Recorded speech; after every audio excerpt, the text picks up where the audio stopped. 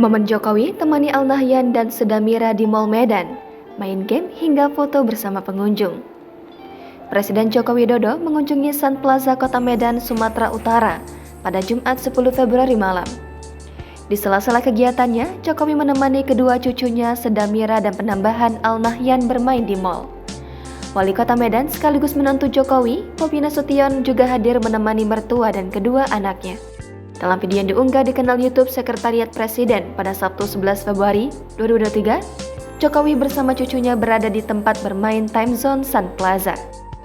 Presiden mengenakan kaos polos biru tua, warnanya senada dengan sang cucu Sedamira. Sementara Al Nahyan memakai kaos putih bermotif. Mereka disambut sorak masyarakat yang berada di sana. Setelah menemani cucunya bermain, Jokowi membelikan minuman untuk Seda dan Nahyan di salah satu gerai minuman lokal. Presiden juga sempat berfoto dengan pengunjung mal. Seorang pengunjung mal yang bertemu Jokowi pun mengaku kaget dan senang bisa bertemu orang nomor satu di Indonesia ini. Pengunjung tersebut menceritakan pengalamannya foto bareng Presiden. Kemudian pengunjung lainnya mengaku tak menyangka bisa bertemu Presiden.